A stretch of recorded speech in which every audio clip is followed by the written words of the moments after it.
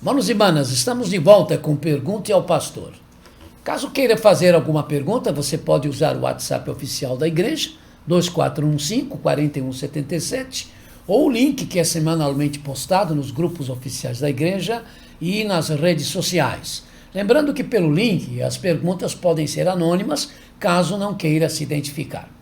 A pergunta de hoje é: aos que creem que, como cristãos, não podemos comer carne de animais de unha fendida, peixes sem escamas de pele, há uma série de aves, né, que aparece no capítulo bíblico, conforme a lista de Levíticos 11. Isso está certo? A Bíblia fundamenta esta ordem?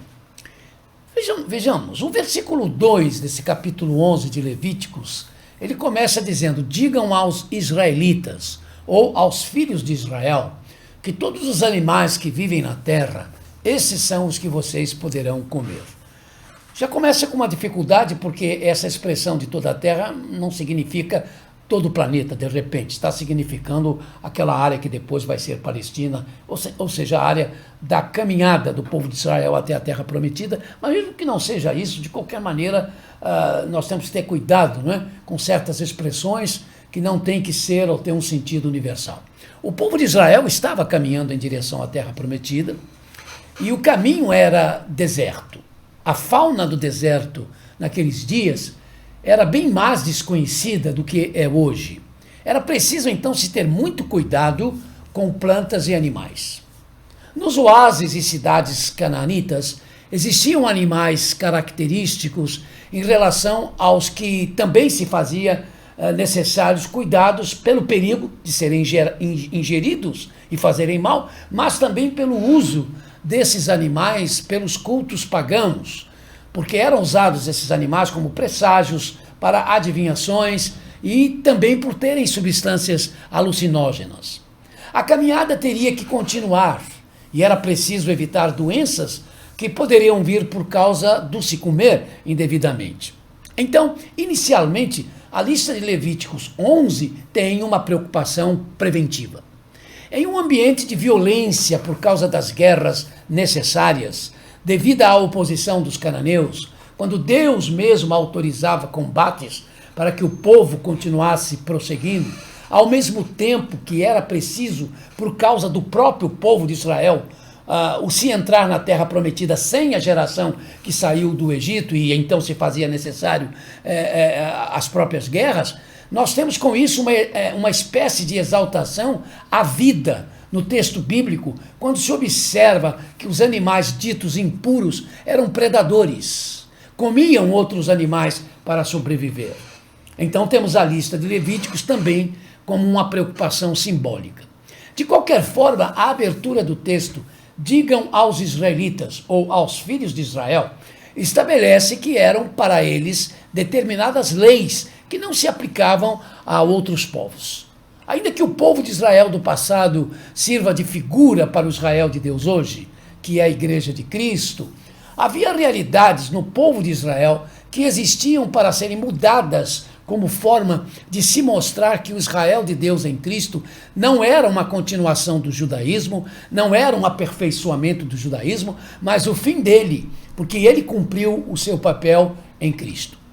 O sábado, por exemplo, ele significa descanso. Como um dia restrito foi dado a Israel para que se firmasse a mensagem do descanso perfeito da alma que viria em Cristo Jesus, com quem começa um novo mundo que não será manchado pelo pecado, como o primeiro mundo foi. O sábado que foi dado e abençoado por Deus como memorial da criação, acabou se tornando no memorial de uma criação que foi atingida pelo pecado, de modo que, ao significar descanso, o sábado nos leva a entender que em Jesus Cristo se esperam novos céus e nova terra, um mundo perfeito que existirá como garantia da ressurreição de Jesus Cristo, que aconteceu em um domingo, para alcançarmos o nosso verdadeiro e completo descanso.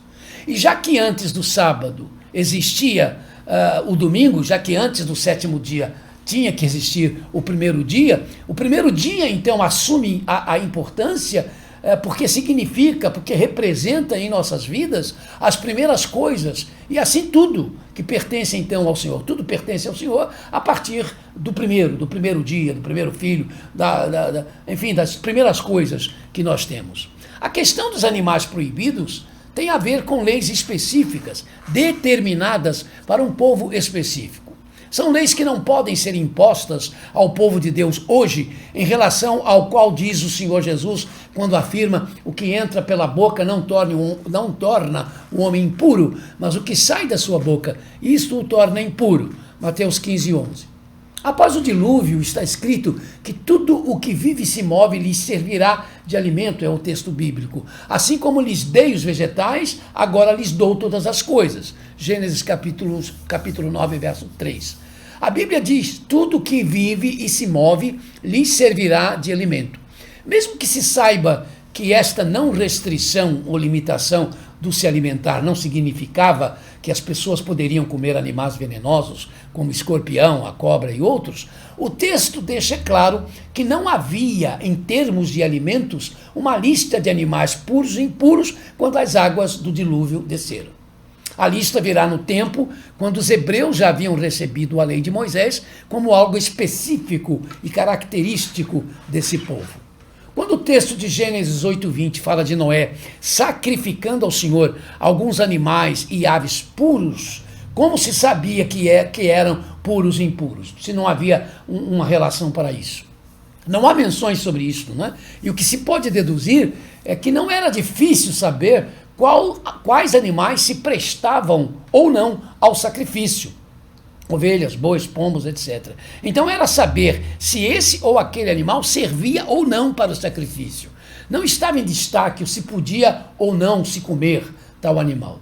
Por ser o povo dos judeus um povo especial, pelo qual o Senhor tinha uma consideração peculiar, para o bem da saúde desse povo, de modo a preservá-los de doenças a que estavam sujeitos, como hanseníase e outros, cuidou Deus para direcioná-los para o que era mais salubre e saudável, dando-lhes essas leis, e que, embora não sendo obrigatórios sobre nós, podem ser direção para nós, no uso do que pode ser um alimento mais adequado, levando-se em consideração a diferença de climas e das constituições dos corpos dos seres humanos. A lei mosaica dá grande importância ao comer e ao beber. Mas a religião cristã, na sua ortodoxia, não tem esta preocupação.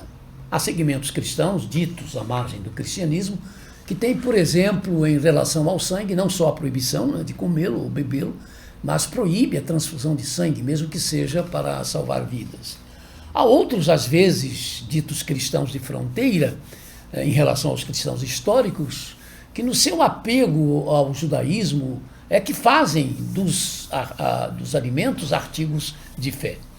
Ao apóstolo Pedro foi mostrada a visão de um grande lençol solto do céu, no qual estavam todos os tipos de animais, aos quais o mensageiro celeste determinou a Pedro que ele os comesse, o que Pedro se recusou, mas no que foi repreendido, conforme o texto de Atos 11, de 5 a 9. Sim, os animais que estavam no lençol representavam o fato de que todas as nações podiam ser alcançadas pelo Evangelho, mas também era a demonstração de que todos os tipos de comida estavam limpos e que todas as proibições de comer esses animais haviam sido retiradas. Um cristão pode, se quiser, colocar-se sob restrições quanto a esses assuntos, mas sempre sob a égide do que disse o apóstolo Paulo. E ele escreveu assim: como alguém que está no Senhor Jesus, tenho plena convicção de que nenhum alimento é por si mesmo impuro, a não ser para quem assim o considere. Para ele é impuro. Romanos 14, 14. A doutrina do Novo Testamento é expressamente estabelecida, pois tudo que Deus criou é bom e nada deve ser rejeitado se for recebido com ação de graças. 1 Timóteo 4, 4. É preciso cuidado com essa expressão impuro, porque as mulheres durante a menstruação, na lei mosaica, eram chamadas impuras, mas nós percebemos que isto foi determinado para que elas, as mulheres, fossem protegidas, fossem resguardadas durante os tempos menstruais, e não porque a menstruação seja ou fosse algo impuro. Não há dúvidas de que a lei do animal impuro para comer tem a ver com a necessidade do se aprender sobre a contenção do apetite, sobre a prevenção do luxo e sobre o exercício da autonegação, que não pode, no entanto, transformar-se em recursos para a salvação ou como obstrução para a salvação.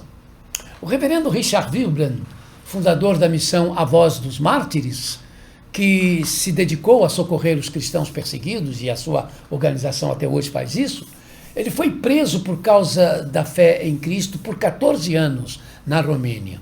E ele contou que havia épocas quando a fome era tão intensa que comer baratas e ratos que apareciam nas celas tinha de ser feito, tinha que acontecer para que ele se mantivesse vivo. Para esses cristãos que determinam o comer isto ou não, o comer aquilo ou não, seria melhor que o pastor morresse de fome, não é? A quebrar o que está no Antigo Testamento. Bem, aí não teríamos, não é? A voz dos mártires. Temos a mente de Cristo, nos diz Paulo. Isso quer dizer que nós podemos e devemos ter bom senso, né? Cada um de nós há de procurar comer o que não vai lhe fazer mal, o que declaradamente não faz mal, porque o corpo adoecido, obviamente, entristece a alma. Mas não nos coloquemos sob a autoridade equivocada, afinal equivocada de alguma coisa que não seja o Senhor Jesus sobre nós. O reino de Deus, Paulo disse, não é comida e nem bebida. Romanos 14, 17. É uma pena que, apesar de Jesus dizer, se eu libertar vocês, vocês serão verdadeiramente livres, aos que se dizem cristãos, mas se colocam ainda sob velhos rudimentos. Usam a lei de Deus não para terem diante de si quão preciosa é a graça de Deus, mas para se colocarem sob maldição, conforme Gálatas 3:10. Esquecem-se de que o fim da lei é Cristo, para a justiça de todo aquele que crê. Romanos capítulo 10, versículo 4. É óbvio que nada do que nós dissemos justifica se beber, se comer coisas não é? Que sejam declaradamente venenosas e perniciosas. É como eu disse há pouco, a questão de bom senso de toda pessoa que tem a vida centrada em Cristo, que Cristo faz parte da sua história, naturalmente tem, né? Assim como o apego ao belo, também o apego ao bom senso.